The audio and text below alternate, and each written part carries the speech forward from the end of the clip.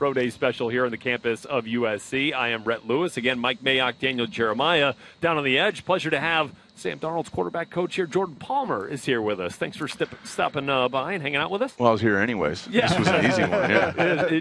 I got stuff going on today. It sure was. Well, let's talk about what we're going to see from Sam today. Yeah, with Sam, he's got so much good game tape, and he's played in so many big games. He's managed so many moments the right way that we just kind of want to show, highlight some of the things that he's great at. But more importantly, from my perspective, we want to address some of the things that are concerns that have showed up on tape. And my perspective on this is always with whoever I'm working with is, if you've seen improvements in a 2-month period, imagine if you had him in your program and you're building for 10 years, what the trajectory that he's on.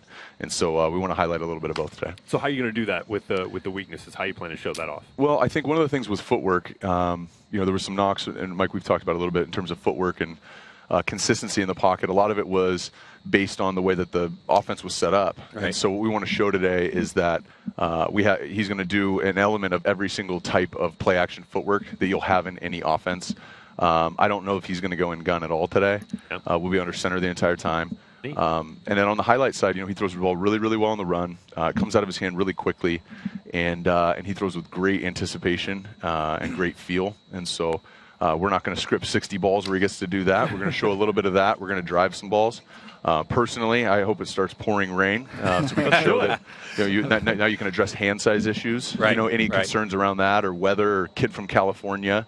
So I think we're going to be able to show everything today. But to be honest with you, as much good game tape as he has, as impressive as he is in person, today's, I think, actually less relevant in the scheme of things in terms of who's going to take him. Yeah, I agree with everything you just said. I thought that was a great summation of him. And what I'd be curious of, because we always talk about benchmarks, who does it remind us of?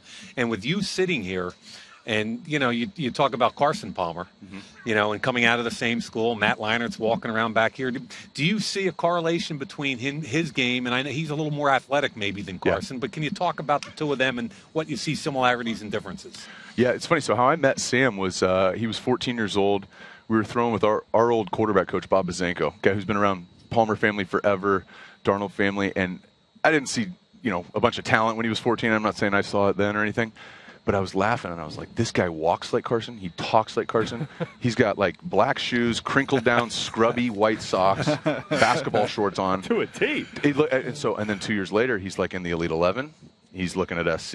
Now, all of a sudden, he's the top recruit. He's balling as a so he's just been on this trajectory where it's impossible for me to not see those things in him. Personality-wise, he's a compartmentalizer. He can separate things. So when people say he may be quiet or he may be this, he's an internal processor. And I think actually a lot of the great ones are. But in terms of the physical traits, I've kind of said, I think he's got 20% less arm talent than Carson had at his peak. And a lot of people said, Carson would be the number one pick in any draft. So that's not an indictment. Exactly, yep. And he's got about 20 plus more percentage in athleticism than Carson. So however that balances out, even-keeled, calm, cool, collected, confident. But he's a kid who can create when it's not there. And we've talked about this. I think the future of the quarterback position is the quarterback's ability to create time and space. And I wouldn't touch somebody who couldn't. Right. And he's got that in spades. What have you worked on mechanically over the last couple months here?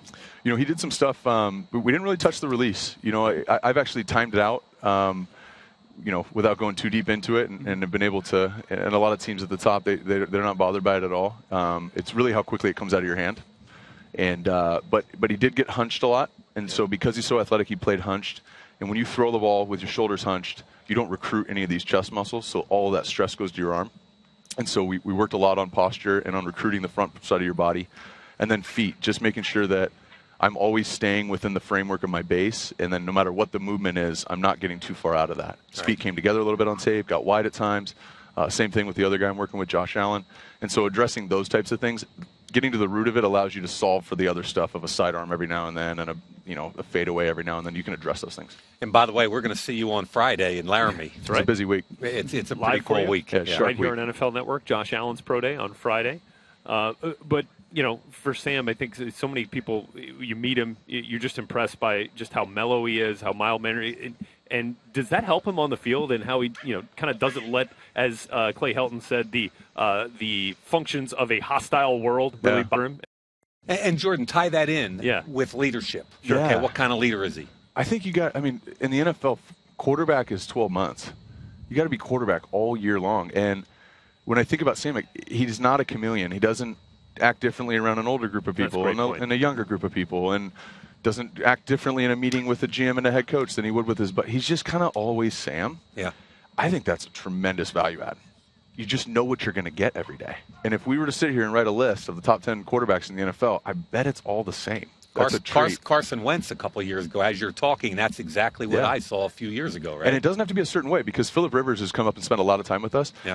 If Sam's right here, Phillip's always right here. Right. No doubt. No doubt. If he was in my seat, he'd be walking around. That's right how now, he's right? wired. He's wired differently. But he's always that way. Yep. Yep. And so you're going to get a very consistent guy all the time. And I've just seen him. He may be a San Clemente, California laid-back cool kid, but I've seen every type of person gravitate towards him. And I've had a lot of comments through people watching, NFL players texting me about Sam when they're watching him on TV. They said they can feel how much his teammates love him. It's an interesting thing to watch on TV. Right. You can see the reactions by the teammates. And I think that's incredibly valuable. I've got one last question for you. And you talk about his, quote, weaknesses, which we can't see today, one of them, which is the main one, which is the turnover conversation, okay? Every great quarterback I've ever talked to said, listen, you can learn some pocket mechanics on protecting the football. 2 hands on the ball, dropping the shoulder when you're fielding. You can learn that through repetition. The decision-making process with interceptions and with when and when not to throw the ball, especially with situational football. You got a field goal, take a lead. You can't be throwing the ball for grabs on 3rd down or taking a sack. Mm-hmm. I know he's young, but those kind of things are what, if I have a concern about him, me too. They're the ones that hit me right here. Absolutely. And they show up on tape, right? Yeah. So there's no hiding them. Exactly. And I'm not going to try and tackle him today and strip him. You can't. You can't. So what I look at is what's fixable, what's trainable. Right. And if his concern with protecting the ball in the pocket was because he was scared to get hit, right. I don't have a drill for that. Yeah. If it was because the moment's too big and the pressure got to him, I don't have a drill for that. If it's keeping 2 hands on the ball at all times, these guys are going to have him for 12 months. He's not in school anymore. Right. They're not they're just all in on him. And what happens, I've done this last year with Deshaun Watson, some of the kids I'm going to work with next year. When you're the best player that school's ever had, or one of the best players that school's ever had, it's a different philosophy on coaching them than it is when you have a young quarterback that you drafted high. Right. That's the best player you've ever had. It's about keeping him where he's at. In the NFL, when you take somebody high, it's about adding to him. Right. We have to add to him. And so those things are fixable. 2 hands on the ball. Some of the decision-making issues he had in terms of throwing some of the picks, it really comes down to the structure of the offense, how it's put in. And they asked him to do a lot of stuff here, and he did a lot of stuff here. And I think that when you get to the NFL, they'll break it down, they'll compartmentalize it a little bit more. There'll be more process to it because all they're doing is ball all day. And so I just think that those things are going to get – those boxes will get checked. All right. And lastly here for you, Carson was one of the few that got to sit for a year as the number 1 overall pick. If Sam goes number 1, should he be on the field day one? I would prefer for every quarterback for the future to sit for a year. Really? I think it's incredibly valuable. Now, I'm saying that just working with Deshaun Watson, who just set the NFL on fire. Right. But I also think Patrick Mahomes is in a great spot. Yeah. I agree. And I've been buddies with Aaron for a long time, and when Aaron was sitting, he wanted to be on the field. Of course he wanted to start. Sure. I think it was great for him. So I think these guys are ready. But ready's not necessarily a thing. Right. Sure, it can be beneficial to sit, even if you are ready. The thing is, though, if they do need to play, the moment's not going to be too big for him. Right. He can make every throw. Now it's going to be about putting game plans together and having personnel around him to find